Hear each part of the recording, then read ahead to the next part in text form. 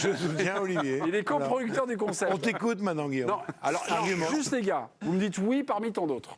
Est-ce que comme ça, là, vous voyez l'équipe de Southgate, l'équipe de Deschamps, la collision des trucs, et vous me dites, ah non, mais il y a un duel qui est vachement plus passionnant. Bah oui. Est-ce que, ah bah oui, allons-y. Mais moi, je trouve qu'il y a quelque chose qui est exceptionnel, c'est que c'était un des points faibles ciblés avant la compétition, c'est le milieu de terrain de l'équipe de France. Je trouve que Rabiot fait une Coupe du Monde fantastique. Je trouve que Griezmann est aussi étincelant dans un rôle qu'on aurait pu deviner, mais il fait une très très bonne Coupe du Monde. Tchouaméni, moi je trouve qu'il y a à redire, mais globalement, quand même rassuré par ce milieu.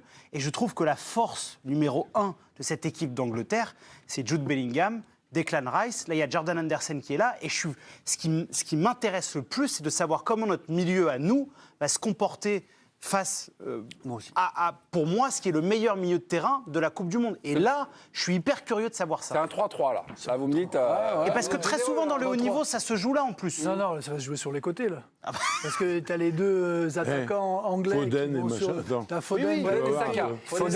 Foden Koundé, c'est aussi un duel. Foden Koundé, que j'attends avec angoisse. C'est un duel que j'attends avec angoisse. Et Saka, Hernandez aussi. C'est ça. Mais en fait, vous êtes Si on tous parle- d'accord, vous attendez avec impatience le match. Ça, c'est sûr. Il n'y aura que ça. Il y a des vrais duels entre des joueurs de haut niveau et des offensifs qui vont poser des problèmes aux défenseurs. Et c'est ça qu'on a envie de voir. Sébastien, je me prends une ratatinée là sur ma question de départ. Mais non. Je parle de Mbappé, la superstar. Il y a Kyle Walker qui est un X-Men. Je me dis que ce match-là, alors évidemment, ça n'a pas tourné exclusivement entre ces deux, mais est-ce que c'est ce duel-là, vous attendez, Sébastien? Je suis désolé, Olivier, mais c'est un des duels que j'attends. Kyle Walker, on le sait, est un garçon qui va extrêmement vite. Donc oui, ça peut être intéressant et on peut se dire que s'il y a un homme qui peut contenir Kylian Mbappé dans la profondeur, c'est lui. Mais le problème, c'est qu'aujourd'hui, Kylian Mbappé, finalement, ses buts, ils viennent d'où? C'est dans la surface. Et donc, s'il se retrouve à faire un crochet sur Walker, mais pas pour l'éliminer, juste un crochet pour aller vers la frappe. Après, s'il met un coup de rein, la défense centrale anglaise, pour le coup, elle est tellement lente qu'il y a vraiment des gros dangers pour les Anglais à ce niveau-là. Donc, je suis pas sûr qu'on aura finalement un duel pur et dur entre ces deux hommes-là. Donc, à mon avis, Kylian Mbappé, il va réfléchir autrement. Et voilà, après, pour le reste, ouais, c'est très intéressant. Ce que dit Giovanni sur le milieu de terrain, c'est vrai. Évidemment, Jules Koundé face à Foden, ça peut être magistral, pardon. Et oui, donc il y a plein de choses à voir, en fait. C'est pour ça que c'est un match passionnant. Sébastien a tweeté très rapidement d'ailleurs sur le duel Koundé-Foden hier. Ah, c'est vrai. Je suis pas sur les réseaux sociaux, alors je suis désolé. Est-ce qu'il était au stade hier pour le match des Anglais? Évidemment qu'il est au stade. Jean-Marc, vous, les zones de duel comme ça, quand vous voyez la compo et tout ça, il y a un truc qui vous intéresse là? Il y a nos techniciens là, il y a Raymond et son adjoint. Il voulait parler. Vous vouliez parler? Allez-y, Sébastien, pardonnez-moi, je pensais que vous aviez fini. Allez-y, Sébastien. Non, mais parce que on me commence à me dire que je fais une petite obsession. Je dis pas que c'est pas le cas de Guillaume, hein, mais on commence à me dire que je fais une petite obsession sur Koundé. Même moi, je lui en veux de rien, hein, ce pauvre Jules Koundé. Je pense que c'est un très très bon joueur. Il joue à Barcelone, c'est pas par hasard, et il fera sans doute une très très grande carrière, y compris en équipe de France. Mais ce que vous voyez à la télé, je pense que c'est pire encore. Au stade, parce que on voit tellement à quel point il est perdu, à quel point il peut pas se placer, à quel point à chaque fois qu'il y a un dédoublement, ça passe en fait dans son dos, mais de manière systématique. C'est pas une fois sur deux, ce serait déjà beaucoup. C'est pas 2 fois sur 3, ce serait déjà trop. Non, c'est 3 fois sur 3. Donc c'est ça qui fait peur. Mais moi, j'ai rien contre lui, évidemment, et il a beaucoup de circonstances atténuantes à ce poste-là. Il a joué 5 fois avec Barcelone cette saison. Enfin, il a pas envie d'y jouer. Ça, c'est plus ennuyeux. Voilà. Mais moi, ça me fait peur, forcément. On est face à Mbappé contre Kyle Walker. Le duel qui vous fait parler, qui nous fait peur, c'est plutôt en notre défaveur. Hein. Non, mais après, Kyle Walker, ok, je veux bien, c'est un fantastique joueur quand il est à 100% de ses capacités. Il revient quand même d'une énorme blessure. Il a très peu joué cette saison avec City. Il faut regarder les compos d'équipe, il n'est pas là, évidemment, il était convalescent. C'est Cancelo, le Portugais qui jouait souvent là. Donc, je veux bien Walker, l'arme ou le bouclier absolu pour contrer Mbappé.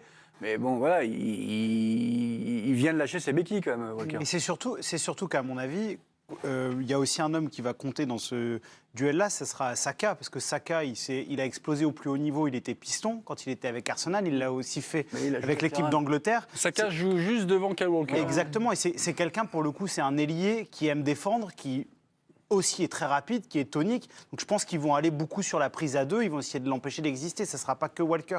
J'ai un peu peur de la question que j'ai posée, Jean-Marc. Vous parlez souvent des trios offensifs. Là, on a un trio défensif parce que donc, vous avez dit Saka, vous avez dit Walker, qui sont quand même de bons Golgoth. Je vous rajoute une petite pincée comme ça du milieu de terrain, Anderson, qui pourrait, le milieu de terrain qui pourrait resserrer également. Oui. Là, on a une sorte de taille, là. On est dans le truc, l'espace va être réduit. Et, ça peut être réduit, mais ça peut profiter aux autres aussi. Ça peut profiter à Griezmann, ça peut profiter à Giroud, ça peut aussi profiter aux autres. Si tu mets une triplette complètement pour bloquer Mbappé, et voilà, donc ça peut aussi libérer les autres. Ça, c'est très, très, très important. Après, Jean-Marc, vous m'avez rassuré. Comment ? Vous m'avez rassuré. Non, mais il faut que certains joueurs de l'équipe de France élèvent leur niveau de jeu. Je pense notamment à Dembélé, que je trouve sidérant, quoi. De faire autant de différence sur un premier crochet, sur un dribble, et de gâcher de manière assez hallucinante les différences qu'il vient de commettre, de faire. Je trouve que ce garçon devrait nous apporter plus et être un pendant plus régulier de Mbappé à droite. On devrait très rapidement, à un moment, on a commencé un peu à jouer à droite sur lui. On a vu que ça passait plus du tout. Et puis. Moi, je trouve que t'es excessif, comme un peu. Ah non, mais franchement, notamment sur le match de la Pologne, non, mais je trouve qu'il gâche un potentiel offensif extraordinaire. Dans l'utilisation, dans le dernier geste. Juste enfin, un petit arrêt sur Ousmane Dembélé. Hier, on débriefait le match et je ne sais plus si c'est Jo ou Ludovic qui disait sur ses frappes, on a l'impression qu'il n'a pas de méthodologie de frappe. On a l'impression qu'il n'y a pas de routine de frappe. On a l'impression parce que parfois les frappes, on voit juste le résultat.